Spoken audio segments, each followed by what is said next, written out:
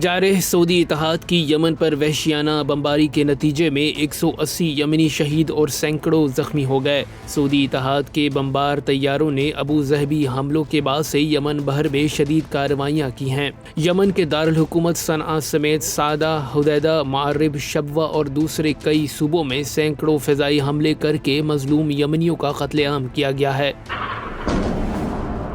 یمن کی supreme council نے بیان جاری کرتے ہوئے کہا ہے کہ یمنی عوام کا قتل عام رائے گاں نہیں جائے گا، قاتلین کو ان کے جرم کی سزا دی جائے گی۔ ان کا مزید کہنا تھا کہ یمن پر ہونے والے مظالم پر خاموشی اختیار کرنے والے سعودی اتحاد پر حملوں کے وقت بھی چپ سادھ کے رکھیں۔ کونسل کا کہنا تھا کہ اس بار بھی جرائم کے باوجود سعودی اتحاد ناکام ہوگا اور ہم ہر جارحیت کا منہ توڑ جواب دینے کے لیے تیار ہیں۔